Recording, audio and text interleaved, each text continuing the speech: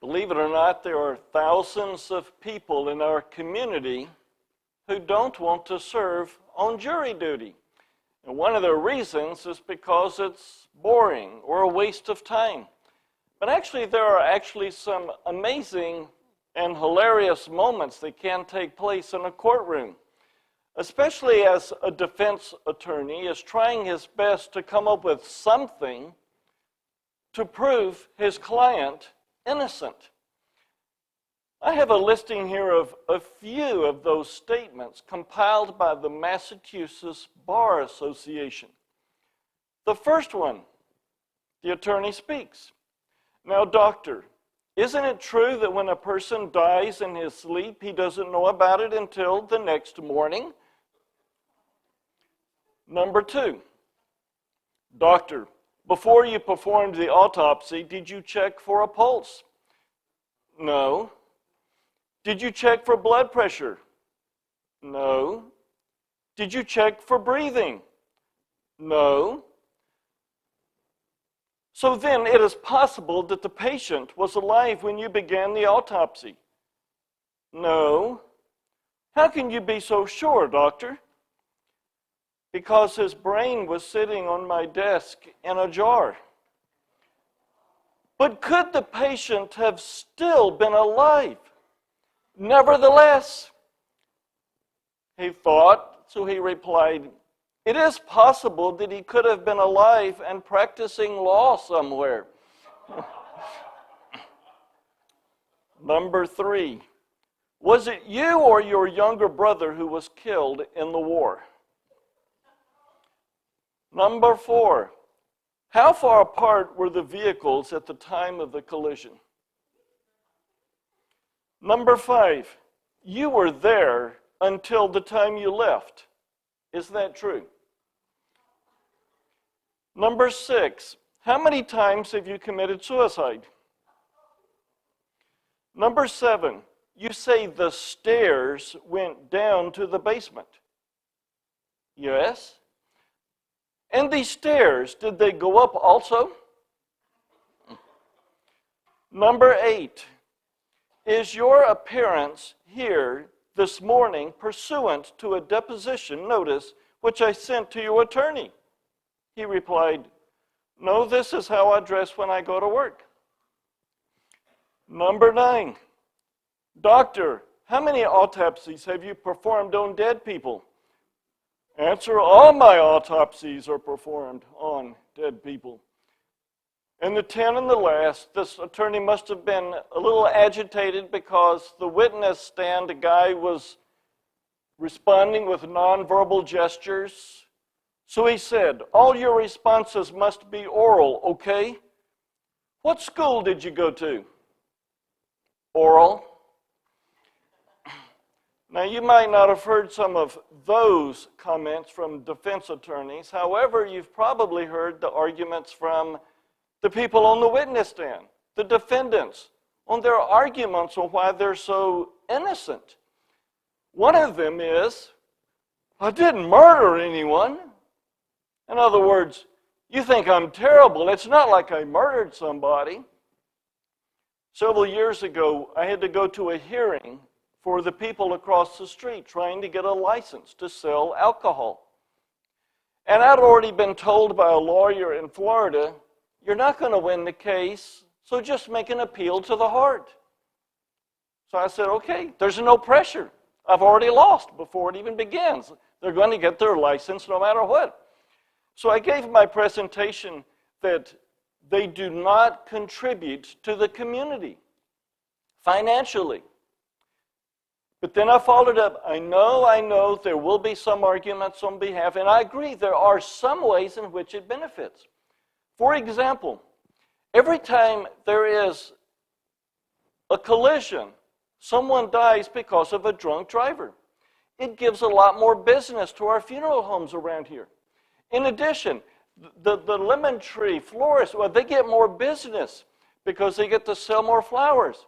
And even the ministers get another opportunity to serve at a funeral, so they get the business as well. Just think of the business that alcohol brings to a community. And after I went on for a while, finally the woman seeking it said, "You make it sound like we're criminals." I have to admit, it is kind of funny. They did appear in the paper soon afterwards as committing major crimes in the community. But the argument was, we're not as bad as you think we are. Therefore, I'm an okay person. A second argument we've all heard is that it's not fair. Well, what about the other person? What about what they did? In the newspaper several years ago here, there was a picture of 10 guys caught in a sex sting. 9 of them were released within a few weeks. The 10th person has mental deficiencies at birth. He has limited IQ. He received 10 years in a federal prison. And the argument is, that's not fair.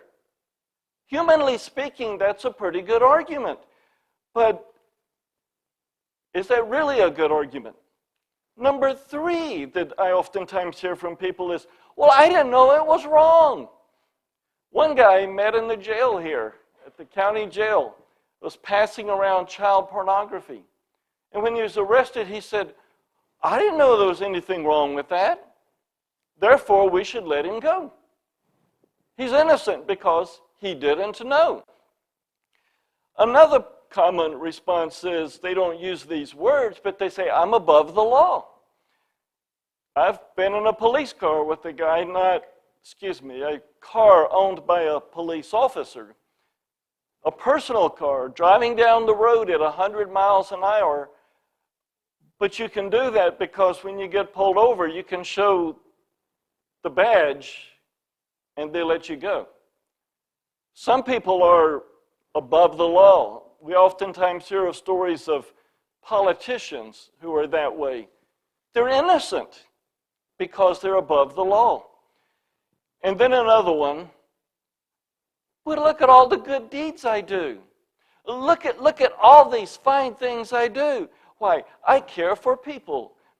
Someone told me that just past week as I got home from the Franklin Graham event, and I'm witnessing to someone. The person said, you're totally wrong, saying that to me. But I'm a good person. Look at all the things I do. Of course, all I had to do is ask the one additional question, well, why did Jesus have to die on the cross? And then the tone changed. I mentioned a guy a moment ago who was passing around child pornography. He went into the courtroom, literally, truthfully, and said to the judge, but Your Honor, I have served 20 years in the United States Navy. Therefore, you should let me get off. I'm innocent because I served 20 years in the Navy. These are common excuses.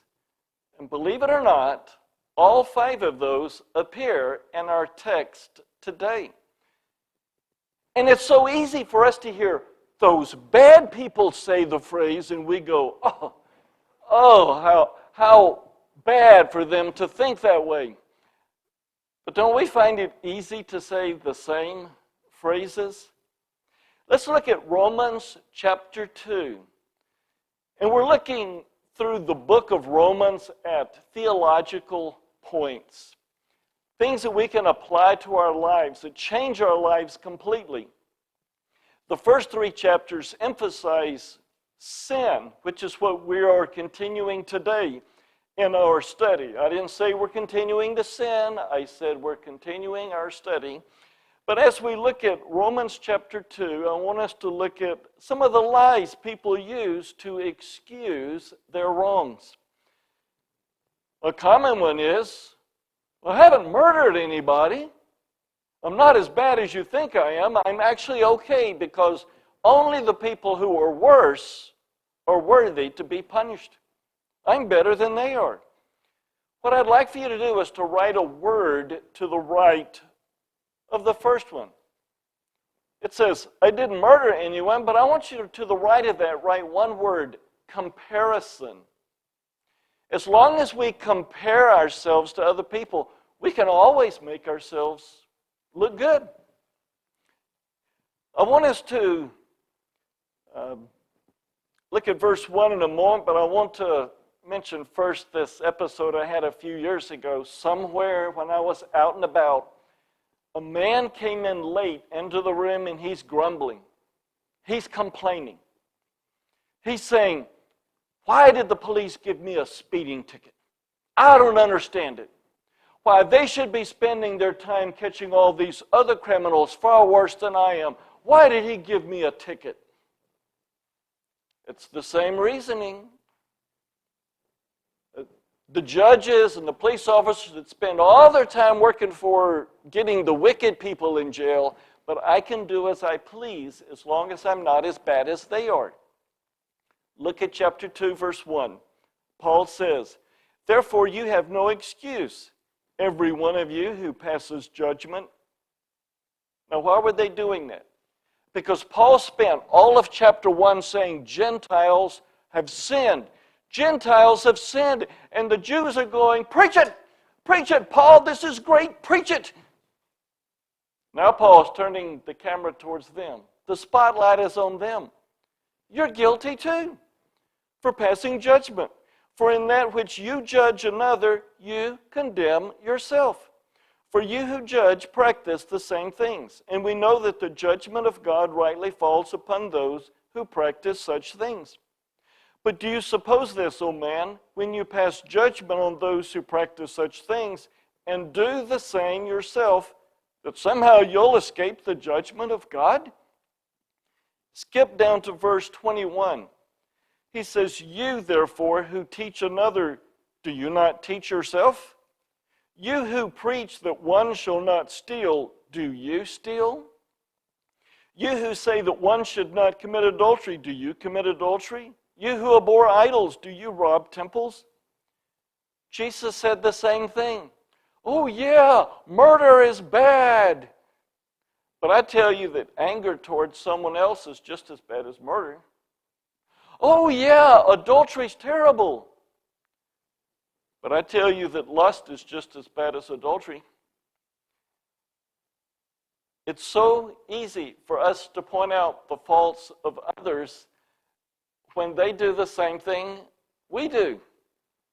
We get angry at those people for winning the lottery. Why? Because we wanted to win it ourselves. Because we have the greed.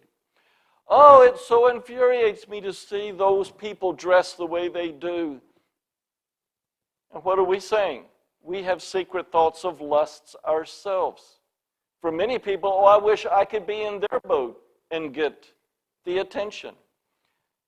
Oh, why does he get to be in that great position? The pride of life. I wish I could have been there, so we put down that guy. Every time we mention the faults of other people, we don't know it in a judgmental way. We're actually telling the world, this is what I believe myself. This is what's deep in my heart. One day, I was showing to one guy something that I thought was a discovery. Wow, look, I noticed your company logo on your tractor trailers, SDs. It's interesting that one shadow goes in this direction and another shadow for another part of the same image goes in a different direction. He didn't understand what I was talking about. And I said, it's like having two trees in your front yard. And the shadow for one tree goes west and the shadow for this tree goes north. He understood what I said and started laughing. They're so stupid. And I felt so sorry for this guy. Because deep down inside, that's what he believed about himself. So he's projecting it onto people so he can feel better about himself. A girl who has visited our church had some trouble last year. She was unloading.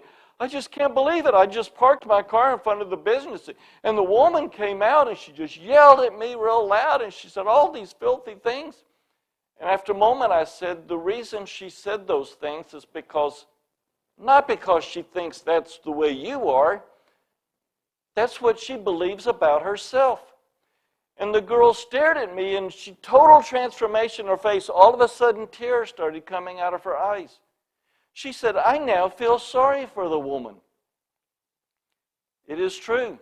When we judge others, we're actually telling other people, this is what I'm really like in my inside. I try not to talk so much with that regard so that I don't expose more of my behaviors. But let's move on to the second one. The first lie that we've mentioned is I didn't murder anyone, but the next one is that's not fair. And you can probably guess the word to go with this is unfairness. To the right of that, unfairness. We need to be treated the same, so we think. This exists in all of verses 5 through 11, but we're not going to read all of it. I want to read just a portion. Verse 6. God will render to each person according to his deeds. Don't worry about it. Human beings aren't fair, that's true, but God is always fair. Now look at verse 11. There is no partiality with God. Oh, everything is even with God. But I know when you have your moments, it's sure easy to say, that's not fair. I personally try to stay at or below the speed limit. I try. But it's amazing how, those few times you go over, the police officers there, they give you a ticket, and my first response is, what about all these other people who are passing me 15, 20 miles an hour faster? And I know what God is saying. You're still guilty, Randy. Yeah, but no, you are guilty. Okay, let's move on to the third one. I didn't know it was wrong. Now you can word beside that, you can put ignorance. Now the word ignorance does not mean stupid. It just simply means you don't know. You didn't know that was true. Paul the Apostle said, I didn't even know coveting was true until I read it in the Bible. Thou shalt not covet. He goes, I didn't know. Look at verse 12. Verses 12 to 16 talk about how no one has the excuse of ignorance. Because verse 12 says, for all who have sinned without the law will also perish without the law. You're still guilty, whether you knew the Bible or not. Verse 15, in that they show the work of the law written in their hearts, their conscience bearing witness, and their thoughts alternately accusing or else defending them. Here's another one. I found out a year or two ago, it is a crime in Mahoning County for you to spit on the ground. Can you imagine? Almost all baseball players in this entire area could go to jail for spitting on the ground. Yeah, but I didn't know the law. It's still the law. Now, why is that in our passage in Romans? Because many people are going to go up to God on Judgment Day and say, but no one ever told me about the gospel. I lived in deepest, darkest Africa. I lived near the Amazon River of South America. I never got to hear the gospel. That's not an excuse. Jesus said, I am the way, the truth, and the life. No man comes to the Father but by me. And if ignorance did allow us entrance into heaven, God would be the most evil person and evil being ever. Because he sent his Son to earth to tell us how to be saved. I mean, if ignorance could get us into heaven, he shouldn't have even sent his Son. We could have all gone to heaven. Why did he send his Son? Because ignorance is not bliss in this case. We are still held accountable. We just saw it in verse 15. Everyone knows in his conscience he is guilty, even though we don't even know the law. God's conscience is still squeezing and squeezing. Let's go on to the fourth area. But I'm above the law. This one you can write immunity. Like, I can get away with all the sinning, the lying, the stealing, everything I want because I'm above the law. For the Jews, as we see in verses 17 to 29, the Jews thought, we're God's chosen people. We can just do whatever we want to because we're His chosen people. We can get away with any sin. Verse 17, but if you bear the name Jew and rely upon the law and boast in God and know His will and approve the things that are essential, being instructed out of the law, and it continues. Even though you're a Jew, that does not give you automatic entrance into heaven. Skip down to verse 23. You who boast in the law, through your breaking the law, do you dishonor God? For the name of God is blasphemed among the Gentiles because of you, just as it is written. Do you know what's sad? Gentiles will suffer the consequences.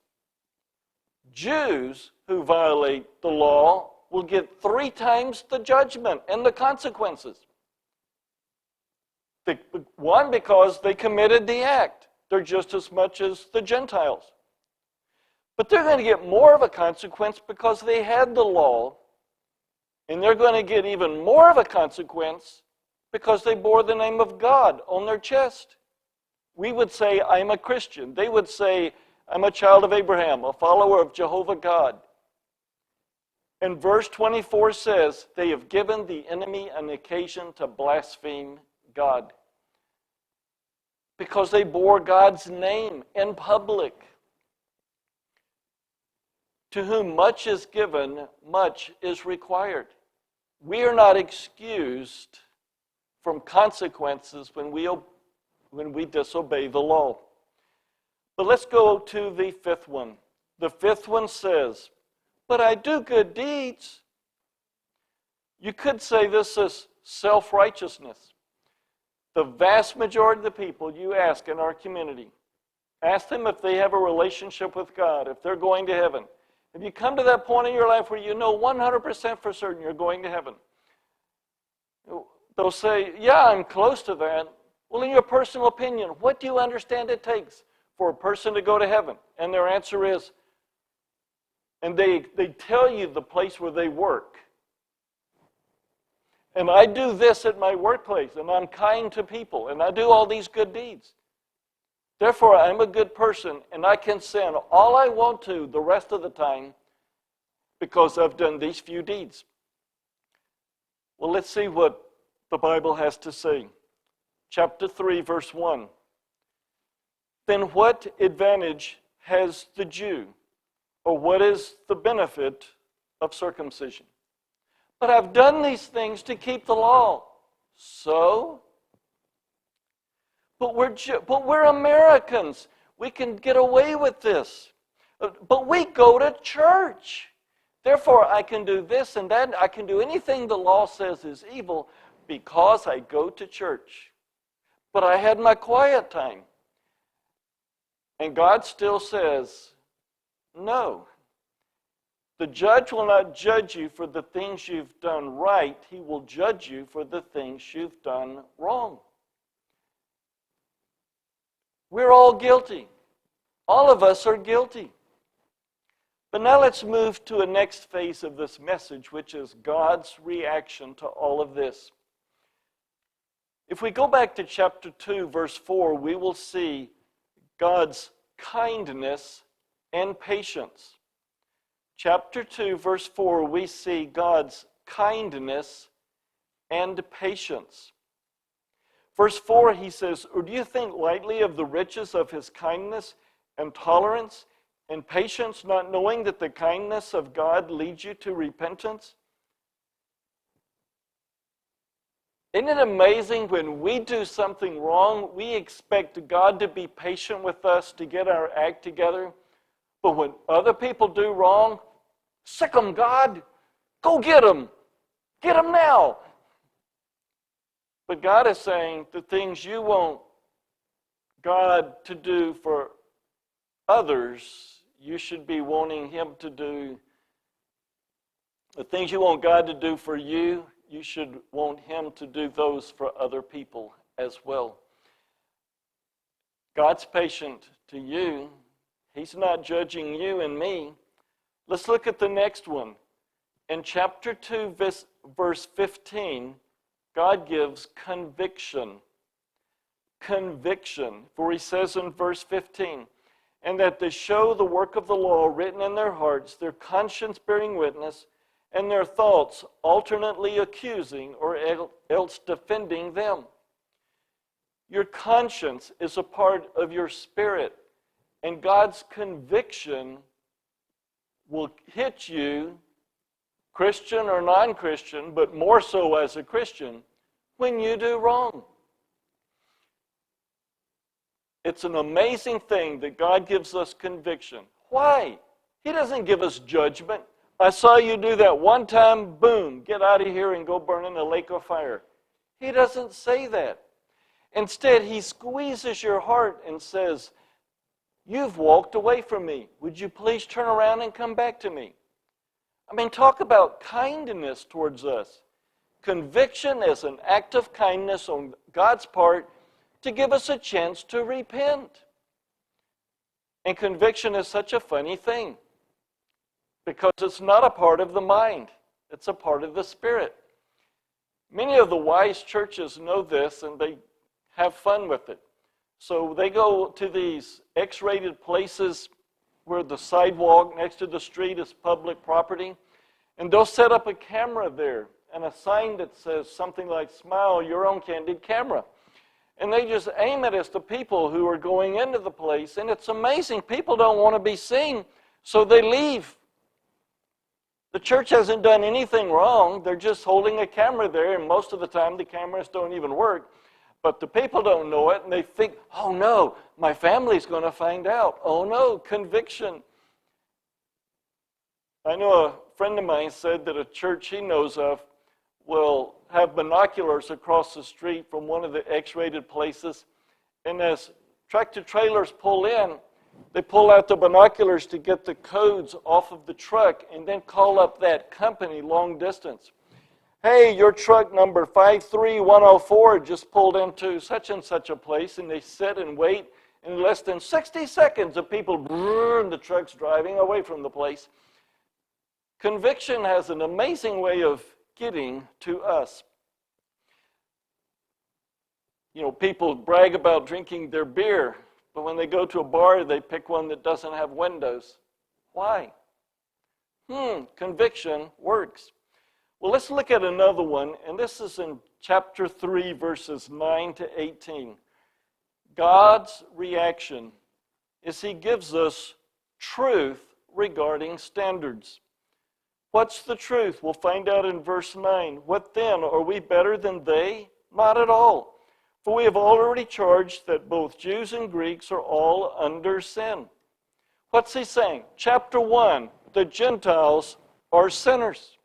Chapter 2, the Jews are sinners. Chapter 3, everybody's a sinner. We've all sinned. Nobody is off the hook because they're Christians or Jews or Americans, or we've all sinned. Look at verse 10. As it is written, there is none righteous, not even one. And when people say their good outweighs their bad, according to this verse, their righteousness on a scale of 0 to 100 is somewhere around 0. How can their good outweigh their bad when their good is almost a 0? Verse 11, there is none who understands, and here is a huge one. There is none who seeks for God. Isn't it amazing how people tell you their good deeds? Oh, I'm going to Christian because I do these good deeds. Never in my life have I asked someone why they're going to heaven, and they said, because I love Him, and I seek Him, and I enjoy Him, and I want to be with Him. It's not about a relationship with God. For them, it's I do good deeds. And you take that, it's just amazing how it changes the picture. When you sin and you confess to the Lord, how do you word it? Do you say, God, I'm wrong because I did such and such, the bad act? Or do you word it, God, I admit again that because I don't love you like I should, I'm chasing after these things. God, the truth is, I don't have a love for you like I should. There's a huge difference between the two.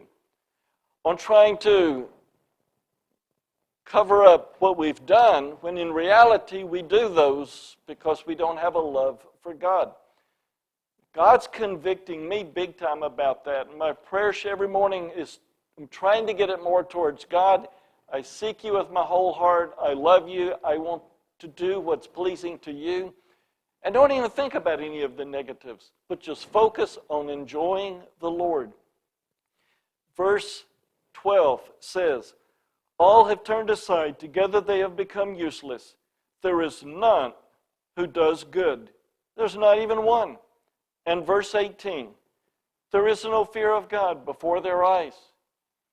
I mean, we saw at the very end of Romans chapter 1, they not only do the evil, they even laugh about it and try to get as many other people as they can to do it as well. There's no fear of God before their eyes. There really should be, even in the hearts of Christians, this sense of, you do wrong, especially calling yourself a Christian, God disciplines his kids. We should start smelling the leather on the bottom of his shoe right above our heads. Don't go any further. There should be a love for the Lord. But there's actually a fourth area that I would like to add for God's reactions that I've added in the last couple of days. If we don't respond to God's kindness and patience and his conviction and the truth, then that leaves only one option for God, and that's his wrath. We cannot deny that part. For he says in chapter 1, verse 18, the wrath of God comes upon all who are the children of disobedience. I'd like to mention one additional perspective of a theological point. It's called the depravity of man. That phrase means there's nothing any of you or myself, nothing that any of us can do to make ourselves righteous before God. We've all sinned. We have stains all over us, especially over our hearts. How can we, humanly speaking, get rid of those stain spots by doing good? We can't. There is nothing in our human power to get rid of this sinfulness in our life. That is summarized for theologians as the depravity of man. There's nothing you can do to make yourself righteous. But if we just go to church 4 weeks in a row, it still won't be good enough. God wants us to take this message and come to the conclusion, I am a sinner. And when we admit it, we're then ready for what comes next in chapter 4. When we admit the truth, I am a sinner. And truth be told, I am over 20,000 days old. I added them up. And then I've concluded I really probably have had over 50 mistakes every day of my life.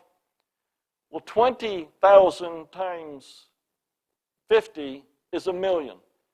I've already made over 1,000,000 mistakes. Some people think they can go to heaven if they can just confess every one of them. That is a very popular belief among churches in this area. You have to confess all your sins. 1,000,000? I don't even know what they are. Our hearts are totally depraved. And we're now set up to move to chapter 4 to see what God did in a way that we were not able to do ourselves. But for right now, would you bow your heads in prayer?